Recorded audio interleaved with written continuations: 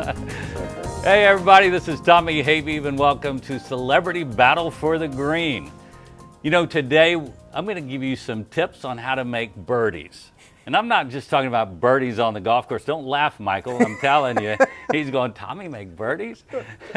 Not only making birdies on the golf course, but making birdies in life. And I couldn't be happier to have my buddy and good friend, Michael Young, on here today. You know, Mike, everybody knows who Michael Young is, but I'm just going to tell you, I mean, this guy played in the league for 14 years, 7-time All-Star, Golden Glove recipient. And one of the most amazing things is you played for 14 years. You carry a 300 batting average. Out of almost 20,000 people that have played in the league, only 179 players have carried that batting average of 300.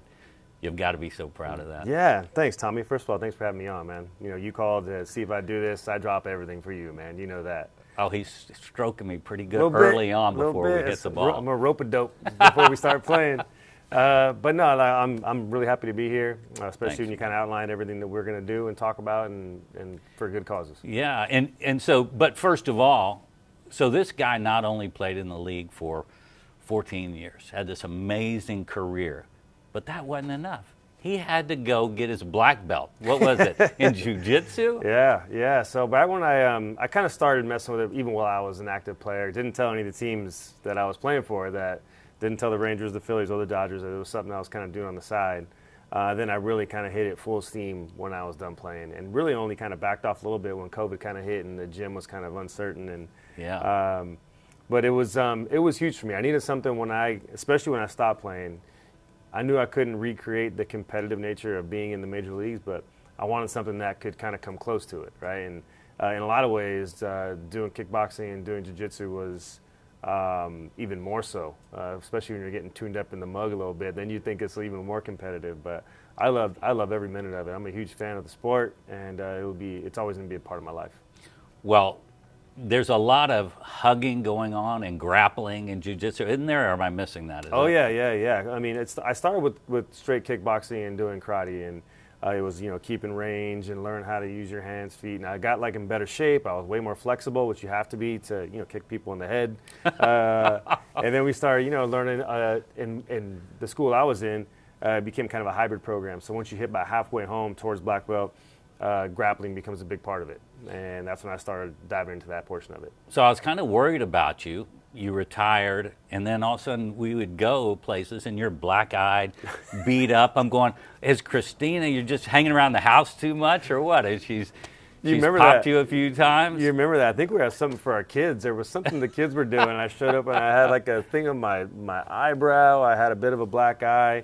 I didn't think you'd bring that up, but that was, and I remember it was obvious to everybody, right? So anytime I started kind of getting a little tuned up in there, and every time I'm talking to people, I'm wondering, how long is it going to take them to mention it, right? Because it's kind of awkward, right? You don't see usually adults walking around, but with Tommy sees me 5 seconds. What's up, Mike? What the hell happened to your face? So yeah, that was. I always knew my good friends are the ones who pointed out right away. We have to. Got to. We have to protect our buddy or just make fun of him. That's one it. Of the two. That's it. So when you played in baseball, though, did you ever have any injuries anywhere near that? No. I mean, I got really, really lucky, Tommy. I mean, nothing. Even now, I'm healthy. There's nothing that's really starting to catch up to me from the baseball front. I mean, I'm a little sore just I'm getting older, but nothing that stands out. Only I think one thing. I broke some fingers and yanked a hamstring, and that was it. Nothing apart from that. I was a healthy guy when I left the sport. All right, so. Did you ever imagine in your wildest dreams, you're a kid, 10 years old, 8 years old, throwing that baseball probably with your pop or your friends, you would have made it to the majors? I mean, we all dream that. Yeah, you imagine it, right? That's the beautiful part about it, right? You think about it when you're a kid. And then the one place I got really, really lucky was that I loved baseball. I didn't earn that, right? That just is something that was inside of me, and I just with that, I rolled with it. And then when you love something, you don't think of it as hard work. It's just something that you like to do, right? So combine loving something and working hard at it, and over time, you just kind of get better and better. Well, I know that you had all these great times and great awards in baseball, one of the top players ever of all time. But I know you, so I can say this and point it out. But I know your proudest moments of those three boys of yours. Oh, that's not even close. The family portion of the show is always the thing that I will always love the most. They were, not all my boys were around for the whole ride of my career, which is kind of by design. But now that I'm in the part of my life I'm in now with 17 and 13 and 10-year-old boys, I mean, it's like the real sweet spot of my life right now. So Christina and I are having a blast with the boys right now. Our family structure is like exactly the way we always envisioned it. Mm-hmm. Everyone's happy, healthy. I can't ask for anything more. Just very, very blessed. So you're obviously an amazing pop and husband. Tell me about those times as a young Mikey. Your mom and dad, what kind of influence did they have on you? Yeah. Did they help you get to the majors? What did they instill in you that you're passing on to your kids today? Yeah, my folks were very instrumental. Well, first of all, I'm very lucky that I had both of them at home. Some people don't have that luxury. I had both my parents home. They both worked. They're very much a blue-collar atmosphere. My dad was a construction worker. My mom was a school secretary. Hard work was something that was preached over and over and over again. I really kind of took that to heart, especially when it came to baseball. And they were there all the time. My dad coached my teams up until I got into kind of high school, right around 13, 14. He kind of started to back off a little bit. They were always there. Every time I had a game, they were there, especially kind of locally. And as I got to the major leagues, they were out here live. You remember seeing them out here all the time. And they would pop in probably about once or twice a month during my career. They always had a blast. It was always fun seeing my parents' expression whenever something cool would happen in my career, because I know that they felt like they were a huge part of it too. So talk about that for a second, because there's a lot of players that you've grown up with. That support system, how important was that for you? And did you see how it affected other people? For sure. Huge. The support system is massive when you have a job that requires you to focus so much on a nightly basis.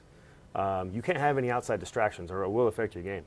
And that started with Christina and the boys. I had a very, very, they allowed me, Christina especially allowed me to kind of just play baseball. There was nothing else that I had to really worry about that was tossed on my plate that was, that took me away from focusing on what I had to do. I think she understood that, she respected it, and she kind of allowed me to do it. I didn't really kind of appreciate it as much until I stopped playing, and I knew the things that went into keeping the house going. Mm-hmm. Oh my God, I mean, that was like, I can't even, it's hard to go into that she was doing that all on her own. Making the boys, I felt like every time I'd see them, they were good to go, schoolwork was dialed in, and she was doing everything on her own. So again, the structure at home was a massive part of me being comfortable enough on the field to just go out and do my thing. So a big part of what you did at your time at the Rangers, I know that the coaches and head office looked at you to be a mentor for a lot of these guys coming in. And why did they do that? Mm-hmm. And tell me about that, putting you in that situation, how you handled that. And I know because you dealt with Josh Hamilton to some respect. I think the biggest thing, one, I felt like it's your responsibility to pass it on, because there were guys who did it for me, right? Mm-hmm. When I got to the major leagues, we had great veteran players that took me under their wing and showed me how to kind of make sure that I was prepared to go out and play and do my best every night. Who were those guys that kind of you looked up to? Yeah, I had Frank Catalanato and Gabe Kapler and Rusty Greer and Alex Rodriguez. Those guys really kind of looked after me when I was a young kid, made sure that I was, again, my focus was exactly where it needed to be. And then as I got older, I was able to kind of pass those things on to guys who were coming up. You mentioned Josh. He was a guy who was incredibly talented. And when we got him over here, we already had a really, really good team kind of in place. So again, you talk about the structure portion of it, right? Yeah. And that's something that I kind of took a lot of pride in, was being able to, one, I'd hate if the guys that came before me found out they gave me all that information and I didn't do anything to pass it along, then I'd be the weak link in the chain, and that wasn't something that I really wanted to do. So speaking of Josh, he was an incredibly talented guy. He had his career was shaky. He had obviously he apparently didn't have the right home life, I guess, and the foundation. And when you had a conversation with him, tell me what was important to you to try to instill in Josh. Well, I mean, I'd hate to take any credit for it. Josh's career was exactly what it was because of him. When we got him, when he was here, he was an incredible addition to our team. He was a very positive guy. He loved to have fun. He's someone that we would look to kind of like give us huge jolts of energy on the field, which he did pretty much every night. But again, it's really hard to say what happens with somebody when they're not at the field, right? For everybody, I don't know what happens when they're home. I don't know what happens with their wife and their kids and their folks and neighbors and whatever the case may be. Again, that's where I was really, really lucky. I didn't have to worry about those things. But when Josh was here, I think that, again, it was a really, really great situation because he fed off of us. We fed off of him. And we all took a lot of pride in the fact that we just really took care of each other. And then you had another player here that was a huge prospect, and everybody was so excited about. Joey Gallo. I know that he was one that I remember hearing you, saying that he's an amazing player, and that you were going to go meet with him. And again, it's one of those things where I took the job after my career. I knew I wasn't going to be there very often because I was going to be with my family. I told the team I'm going to spend all my lost time with my family. But the time I did have, and I really wanted to make sure I did it for kids who are coming through the minor leagues, is to give them, hey man, this is kind of the path you can hop on to give you a little bit of a foundation to have your, kind of a seamless transition to being a major leaguer. And with Joey, he was such a great kid, still is, an unbelievably great kid. Did really, really well for us. Went to the Yankees, which is a different environment than playing here in Texas, and now he's with the Dodgers doing really well. So again, one of those things I'm super proud of the kid. I don't get to see him as much anymore because he's not here, or rap with him as much as I did before because he's not here. But still try and keep in touch with them because those guys you do pull for them all the time. You want to see them have success, and you want to see by the time their career is over, you want to make sure they can look back, not have any regrets, and be proud of what they did. So when you talked to Joey, what did you tell Joey about life, baseball? Because you're a guy that had the whole package. Yeah, it's well. First of all, something specific that you could relay to us. I know it's attorney-client privilege there. No, you're good. You're good. But, I think a lot of times you have to recognize where guys are in their life, right? I was married with kids. Joey was single, so it's just always trying to see that. It's always a difficult thing because you want to make sure that you're helping people, but you don't want to be like you're preaching at them either, right? That's not something anybody really wants. So, with Joey, it was a little easier because he was a younger kid in the middle of his career. I was retired, and it's easy to kind of kick ideas off to him, and he can take in what he thinks is helpful and what it's not. He can weed through it himself. But yeah, mostly it was just making sure that you approach the game with an idea that you have a clear head, you're focused on what your job is that night, and if you have any kind of like successes or failures, you're able to process them really quickly and just move on. I'm not sure how it is in the other sports. I'm guessing it's similar, but in baseball you have to be like that because you play every night. You don't have the opportunity to kind of just go through all that kind of stuff and weed through it. It's too tough. All right, so we talked about some of the guys that gave you information as you were coming up, and then the guys you passed it on to. But let's talk about somebody specific. Maybe who gave you the most inspiration? What did you hold? What nugget of information? Was it Alex Rodriguez? Was it Rusty? Yeah. Who was that person that gave you something that today you still go, okay, that was really important for me? Yeah, you know what? To be honest, Tommy, I tried to keep the most important stuff. I tried to keep it away from baseball. So I think about the stuff that my dad would say, that my mom would say, and those are the places I went to when I really needed advice. I trusted guys for sure, but with my family it's different. It's like a 100% unconditional trust, right? That's right. So with my dad, even as I got to the major leagues, with my dad specifically, my knowledge of the game had surpassed his a long time ago. But whenever I was scuffling, I'd still go to him. Not that he was going to give me anything from a baseball perspective, that wasn't to give me any kind of clarity out there, but he knew me, and he knew maybe the way I was thinking about certain things. He'd say, hey, have you ever feel like maybe you want to try this? And it was never something about the game, it was something how I was thinking. Hey man, you look like you're pressing a little bit. You okay? Everything cool at home? Like, everything's good at home? Yeah, but I am pressing. I'm struggling a little bit, and I feel like I'm trying to get 5 hits every time I play. So after just one little chat with him, I'd kind of be able to kind of like throw that thing back into neutral and just kind of get right back in my lane and go back and play the way I knew I was capable of. Did that ever, you talked about trying to get 5 hits in that game, did that ever loom heavy on you? You have this amazing batting average. How much pressure is that And I think that could destroy a person. You know, when I think about it, oh my God, I was watching the golf game yesterday, and I'm watching these guys, and they're sitting over, an $18 million putt. Exactly right. Going, what? Yeah. I mean, for you as a professional athlete, did that ever loom? Did you ever even think about those accolades, those awards, holding a 300 batting average? Not really those specific things, but I always wanted to play well, right? And there is pressure. I mean, especially when you get into postseason games, there is pressure that you inevitably have. To sit there and deny it while you play, I think you're putting more pressure on yourself because it's clear, it's there, right? This is for all the marbles, and this is why we've played since we were kids. But I think in a while, you just arrive in this really cool headspace where you just love it, right? And if you keep going to the playoffs back every year, you get to a point where, man, I love this opportunity. If I screw up, I screw up. But I'm totally confident I'm going to do my job well. I've acquired enough experience where if I mess up, I can make a quick adjustment and get right back on the horse and start playing again. So those are the parts in your career when I feel like those are the best parts because I can deal with failure, right? If it came my way, I could kind of grab it, take it in, and then move on. And if I had some success, I wouldn't dwell on it too long because I knew that I'm playing against really talented guys, and I can't live in the past. I got to move on and try and do my job again in the future. So that's when I kind of arrived at some really, really good moments in my career.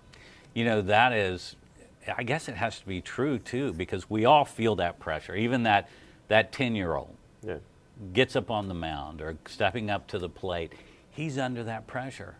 So what are you going to say to him? What are you going to tell him that's going to help him go, okay, no, just put that aside because there's another game. There's, you can't stress. What do you tell a 10-year-old? I think that you have 3 boys. I do. And I remember I was talking to my son, and I was like, hey, pressure is for everybody. Everybody has it. You mentioned kids have it, adults have it, everybody has it. And I was like, yeah, do you feel any pressure when you play? He's like, yeah, there's pressure. And I was like, well, what's pressure?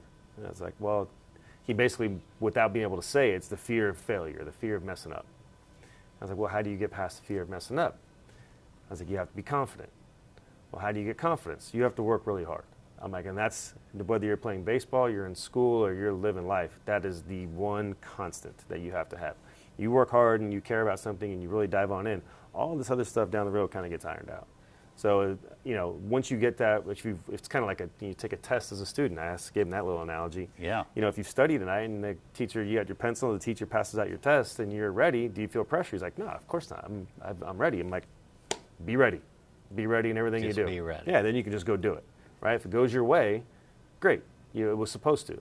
If it doesn't, it won't be because you weren't ready, right? If you're not ready and it doesn't go your way, I'd have a tough time looking in the mirror, if I was totally unprepared and just hoping to get lucky. But if I was ready and didn't go my way, that's part of life. I can deal with that. I told everybody out there we were going to give you some birdie tips in golf and in life, and that's probably one of the best tips I've ever heard, and it's so important, and it hits home for no matter what age you are, no matter whether it's in sports or in business, in every part of life, in marriage, in a relationship. You got to be ready, and you got to give it. You got to be ready for that. Absolutely, yeah. Just being prepared and caring enough that you're doing everything you can to be good at it. And that's maybe what it is: the love of the game, the love of what it is you're passionate about, and caring enough to make that happen. And I mean, that's fabulous.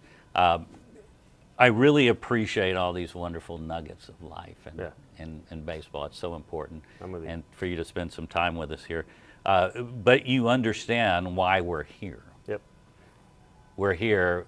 I'm taking you on. We got a par 3 challenge, Celebrity Battle for the Green. What we're doing is we're raising money for our charities. Mine is the Forever Family Rescue Foundation. Who are you playing for? We're going to play for the Michael Young Family Foundation. My foundation basically serves the youth of our community, helps them out with educational, social, personal health, and we're really excited about the opportunity to get into that wall of years, Tommy. See how it goes, man. Well, today's sponsor for you, backing you up in your money at $100 a hole, is Round Table Pizza. So thank you. We're playing 3 holes. Every hole you win, you'll make $200 for that hole. Every hole I win, I make $200 to save the puppy dogs. There you go. We're saving children and puppy dogs. It can't get any better than that. Looking good. So I know one of your favorite golf courses ever is Pebble Beach. It is. Love it. Right here behind us. I think, Yep. what hole is this? This is number 5. number 5, Yep. 139 yards. Yep. So what is your strategy? I know you were thinking about this all night. You were probably awake most of the night, sweating, worrying about playing. I've been here. Yeah, I've been here. I had a little sleeping bag over here. You were hitting I don't know. holes? Yeah, yeah, exactly. I don't know. I got to see the yardage on this thing right here. I think it says 140, so I'll probably take out a pitching wedge and see if I can land it in the middle of the green and So a pitching wedge. pitching wedge for All right. 140. Yeah. What are you going to do with that pitching wedge? You're going to shape it anyway? You got water over here on the right? I got water on the right. You know, usually my natural path with that kind of club usually kind of cuts a bit. Yeah. But if I overcook it, that thing's going to be wet, and that's not what we're looking for. I don't want to give the seals any trouble down there. So I'm just going to try and go center of the green, not try and make it too complicated. Just so Center of the green. everybody knows, really one of Mikey's strongest clubs, I don't know if it's his strongest club, but one of the great ones I like to see when we've been out on the course, is the big dog. He gets out, and we're playing Cowboys, I think, and there's this hole, and it's like 318 yards or something. Mikey takes the big dog, and it went in 8. I got to tell you, you put us right up on the green, putting for eagle, par 4. Right. I think we won that one. I think we won that. We that did week, win that one. Yeah. Yeah. You know, do you feel that what you learned in baseball, you've taken over into golf, that hard, powerful club head speed? The club head speed, yeah. But the swing is so different, and it took me a while to kind of get rid of certain things that I learned in my baseball swing that don't translate into golf. Yeah. You know, like in baseball, the top hand is the devil. You want to keep that thing out because, you snap it, there's ground balls, and we want balls that are doing this. Yeah. Where in golf, you really got to kind of turn that thing over a little bit. So there have been some minor differences, but again, I've been playing golf a lot more since I retired. So hopefully it goes my way on these things. Did you watch the guys yesterday playing in the FedEx Cup? Yeah. I was pulling for Scotty, the hometown guy, but I'm a huge Rory fan too, so when Rory won, I was okay with that. Was that pretty wild, though? All of a sudden, they both put themselves in trouble. Yeah. Like you said, I mean, those are two of the best players in the world, and that was the winner of that hole, or the winner of the tournament, with Rory being up a stroke, wins $18 million. I don't care how much money you have. Well, I know especially Rory's been around longer, so Rory's not starving by any stretch, but that is pressure for anybody. It's $18 million that they're playing for right there. Yeah, and a young player like Scotty. Of course, yeah. He wouldn't $18 million is life-changing right there. Life-changing. Yeah, for a lot of people. All right. So what are you going to hit on this? Oh, the wedge. You said the wedge. She hit the pitching wedge right here, yeah. All right. Well, let's go give it a go. All right. All right, brother. We're taking you down. All right, Mikey. Pebble Beach. Yep. 139 yards. Not 18 million, but it's for $200 for your charity. Here we go. All right. Hitting a wedge. Yep. PXGs.